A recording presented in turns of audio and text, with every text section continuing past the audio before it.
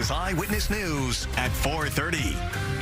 Good afternoon. Thank you for joining us on Eyewitness News at 4:30. We're going to get to speed right now on some of our top stories. Yeah, we're learning a Cheshire high school senior, an Afghan native, was arrested by ICE this week. His family moved here more than a year ago under a temporary immigration status. His father was also recently detained. State and local leaders are demanding his release. And in Waterbury, a 48-year-old man has been arrested for stabbing an elderly woman to death at an apartment building on Abbott Terrace yesterday. Police say he appeared in court today on murder charges. Investigators are still piecing this all together. And police still investigating after the death of a young girl in Enfield. That man, her stepfather, charged with sexual assault. There's been questions about how he was hired as a bus driver despite a criminal history in Massachusetts, but it turns out the DMV's background check only covers the last 5 years. And new at 4:30 in Windham, hundreds of homeowners say they need help. They're turning to the Fair Rent Commission in a bit of an unusual situation. Yeah, Luke Hydash covers Windham County. He's your reporter live at Stonegate Manor to explain what is going on. Luke. Yeah, well, usually these fair rent commissions are helping tenants, renters, but the people in this mobile home park, they actually all own their homes, but they do pay a monthly ground lease, different fees for things like sewer, water, outdoor maintenance to an out-of-state company. And now they say these fees are getting out of hand. Stonegate Manor is owned by Equity Lifestyle Properties, a mobile home park with nearly 350 units here. Sandra Glover owns one of them. She likes the home, hates the fees. She says she's paying $160 more a month than when she first moved in a few years back, and she's not alone. Her and hundreds of her neighbors have gone to Windham's Fair Rent Commission. The commission has heard a few dozen cases already and said that Stonegate must lower the fees. The decision is being appealed.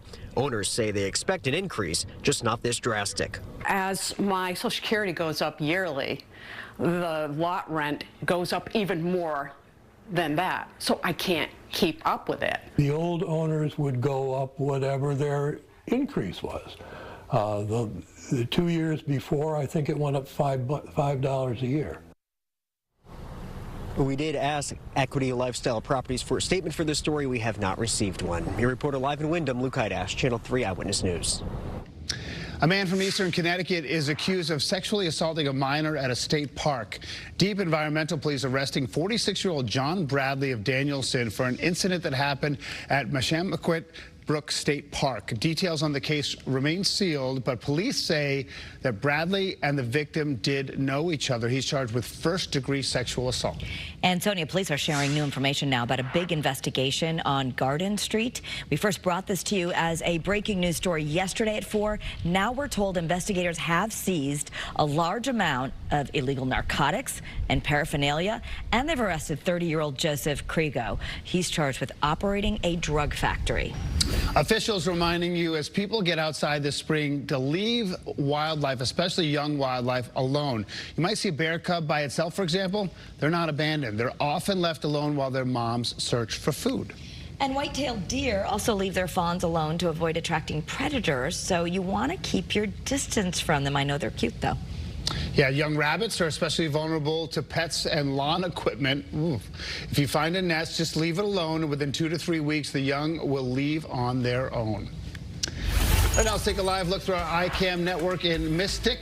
Yeah, meteorologist Mike Slifer, he's got the first alert forecast on your Friday. And we have some brand new information that just came in to the First Alert Forecast Center. Chief Meteorologist Mark Dixon just walked in and let us know that tomorrow we see an elevated fire danger across northern Connecticut. We are expecting low humidity, and as we've been discussing, breezy tomorrow with gusts 20 to 30 miles per hour. We'll see high temperatures tomorrow in the mid and upper 50s, very seasonable for this time of year, but the showers that move through tonight really will not equate to much, so it doesn't really mitigate that fire risk. Also tomorrow, the Hartford Athletic will be playing at the Trinity Health Stadium in Hartford. If you want to head to that game, it starts at 7 p.m. Temperatures will be in the mid-50s, dropping to about 50 by the time the game winds down. Currently, First Alert Live radar is scanning clear and dry. As the evening goes on, we do see an increased risk for showers. Temperatures, especially inland, dropping out of the 60s into the 50s and eventually into the 40s. You see these shower icons popping up 11 p.m., 1 a.m. It's a rather short window, about 4 to 5 hours, from 10 o'clock this evening through about 2 or 3 in the morning, the pre-dawn hours tomorrow, where First Alert Futurecast has those showers. And there's the breeze picking up with pretty much full sunshine expected throughout the day tomorrow. Things will turn warmer. We'll tell you when, coming up in the First Alert 7-day forecast. All right, Mike, thanks. Primary election day in Connecticut now 4 months away, and the Republican race for governor is definitely one to watch. Yes, it is. And today on Eyewitness News Extra, I spoke with one of the candidates, State Senator Ryan Fazio. Here's a little bit of that conversation.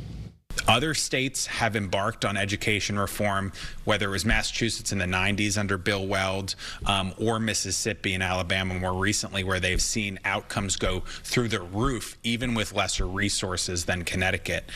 We can do this in Connecticut. My goal would be to make outcomes in Connecticut the best of any state in the country across the board. They're not currently, but they can be. In about a minute, where right now, when you view the governor, do you think he's most vulnerable? After 2 terms of Governor Lamont, Connecticut has the 3rd highest tax burden, the 2nd highest electric bills, and one of the lowest rates of economic growth in the country. If after 2 terms that's my record as governor, I won't run for a 3rd term. I think time's up and we need a change. And we will have Governor Lamont on. We will have Josh Elliott, Betsy McCoy. We already had Aaron Stewart on. You can watch more of that conversation on WFSB Plus app and tune in to Eyewitness News Extra every day at 2 p.m. on the Wax and streaming on WFSB Plus. And then it's on demand. They can go back and watch it if you missed it. Watch the whole conversation.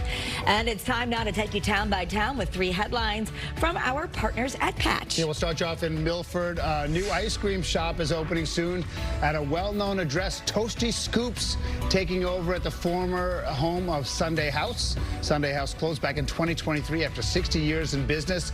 Not clear how soon Toasty Scoops will open. I like the name.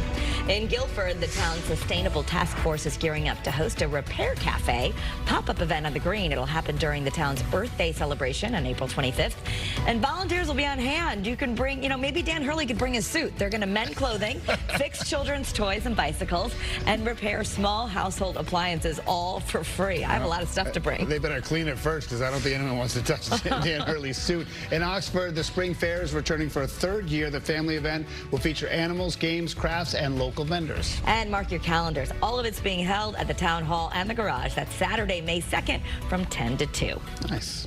Coming up next, the government's new food pyramid promises a healthier you. But how much more could following the guidelines actually cost you at the grocery store?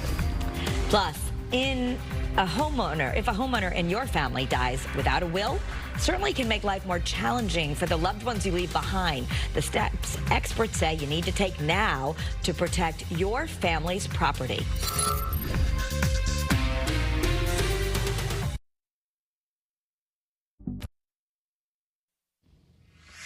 When a homeowner dies without a will, a family home can end up stuck in legal limbo, and undoing that damage can really take a lot of time, money, and help. Yeah, and in this Watching Your Wallet, your reporter Carice Shactman explains how families can untangle title problems and what homeowners can do to avoid them.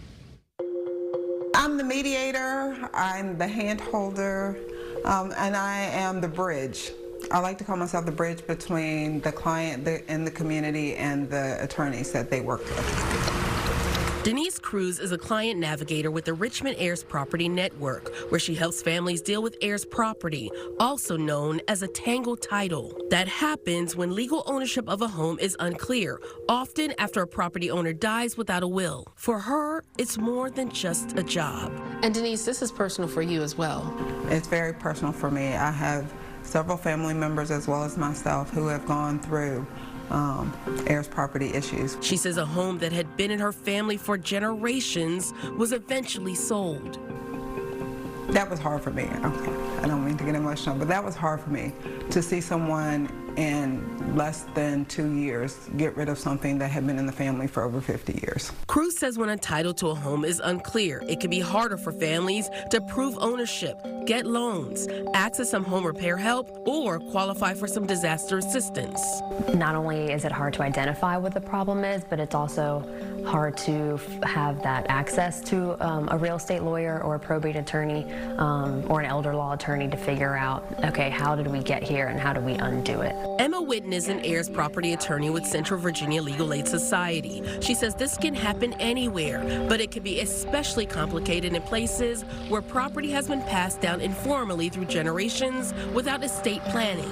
People can pass away without a will all over the country, but in the deeper South, where there is more land, and families of color have generationally, informally passed on their homes from next of kin, one after the other, without estate planning. For Cruz, helping just one family makes the work worth it. There's no feeling like it's the biggest accomplishment. All the headaches, the calls, it's worth it. With this Watching Your Wallet, I'm Shactman.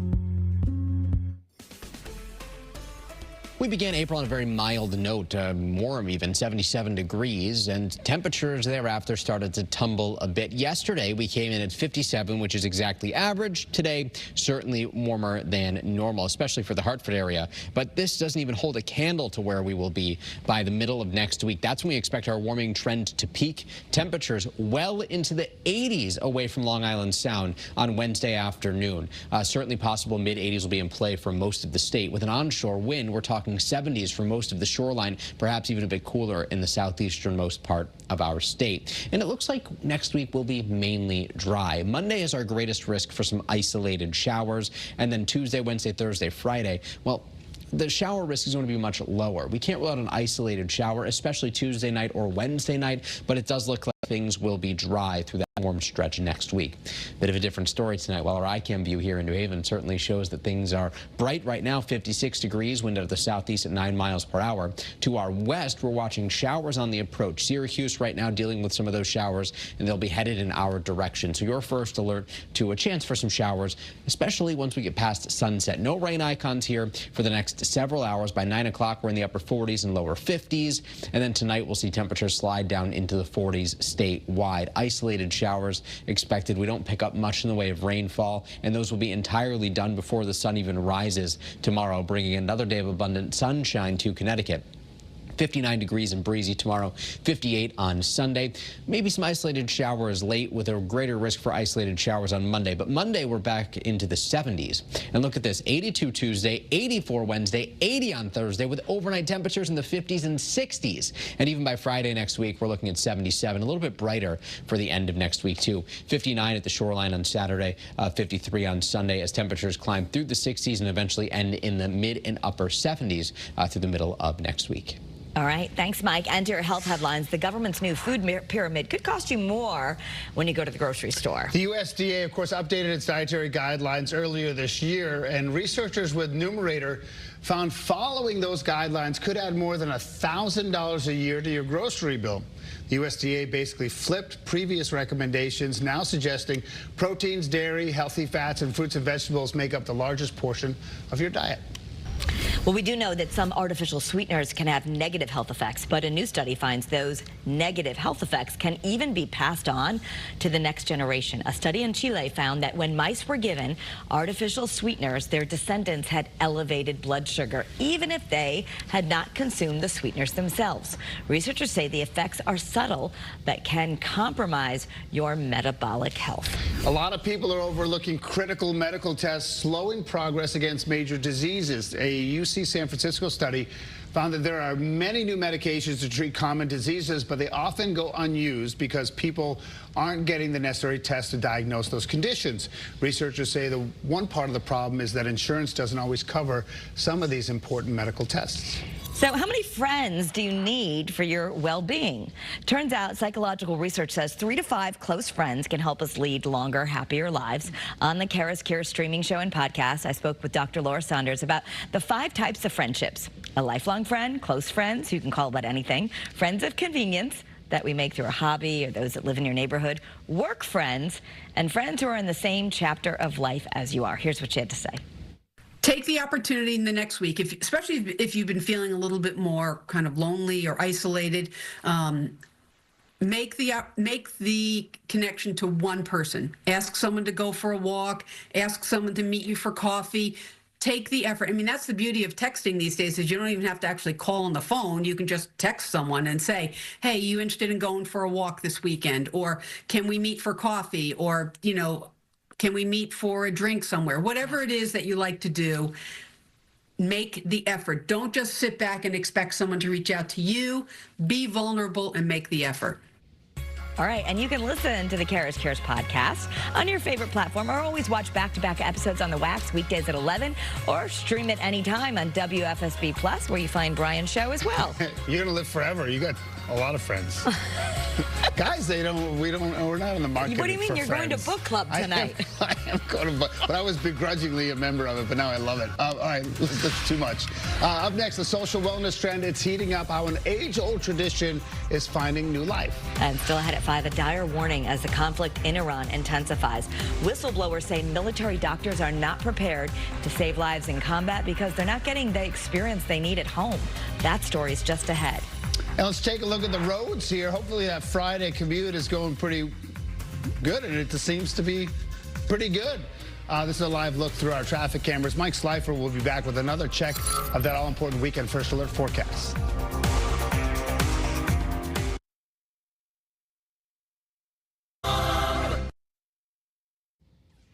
And new for you at 4:30, an old tradition with a modern twist. Saunas, bathhouses are becoming more and more popular across the country. And why is that? Well, doctors everywhere say loneliness and social isolation are harming our health. That's why we talked about the 5 kinds of friendships. Your reporter, Lee Waldman, has more. Jason Goodman has been an avid sauna goer for decades.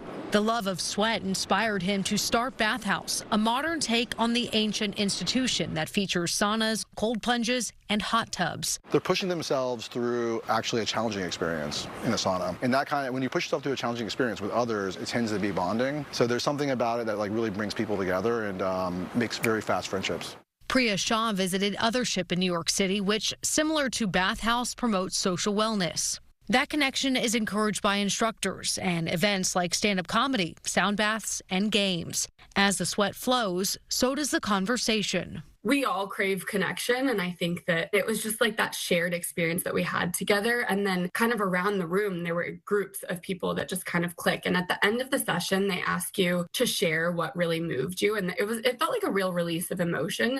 This growing trend of social wellness isn't just a New York City thing. Jen Verle is the co-founder of Sauna and Sobriety in Minneapolis. She shares the same belief as Goodman and Shaw. This growing movement of social wellness comes from the desire for connection, fueled by conversation, not alcohol. It just is a more natural way to help people, figure out where their people are and build those relationships in a much, much different way. In New York, I'm Lee Waldman. If you have tree pollen allergies, you've certainly felt the impact of this dry weather. And even though showers tonight really will not have much of an impact, we expect pollen counts to be quite high tomorrow, Sunday, right into Monday. Maple, cedar, juniper, and alder are the main pollens right now. So if you're allergic to any of the above, well, just maybe limit some of that time outside this weekend and even next week as things really warm up. Looking beyond next week, this is April 18th through the 24th here, we still see these shades of orange over Connecticut when our average high would typically be in the low to mid 60s. And it looks like things are going to be running warmer than average as we get through the 3rd week of April. And we certainly have plenty of warmth on the way next week. And if you like it, you can look forward to getting to spend some time outside because it also looks mainly dry. Chief Meteorologist Mark Dixon will have much more on that coming up on Eyewitness News at 5.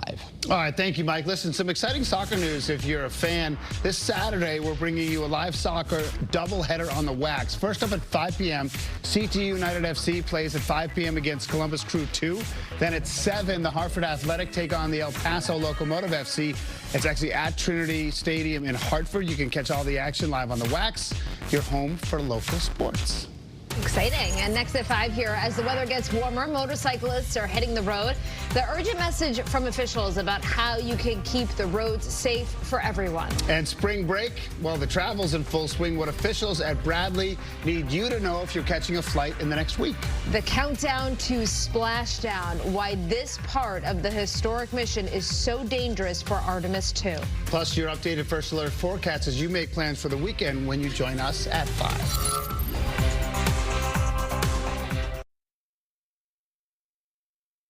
see it. And right now at 5, a man accused of stabbing his mother to death in Waterbury. The breaking new details we are learning from that scene. Plus, a familiar scene for one family in Cheshire, a high school student in ICE custody. We'll talk about their calls for justice. And his former Vice President Kamala Harris trying to get back to the White House. Why she is considering joining the race for president.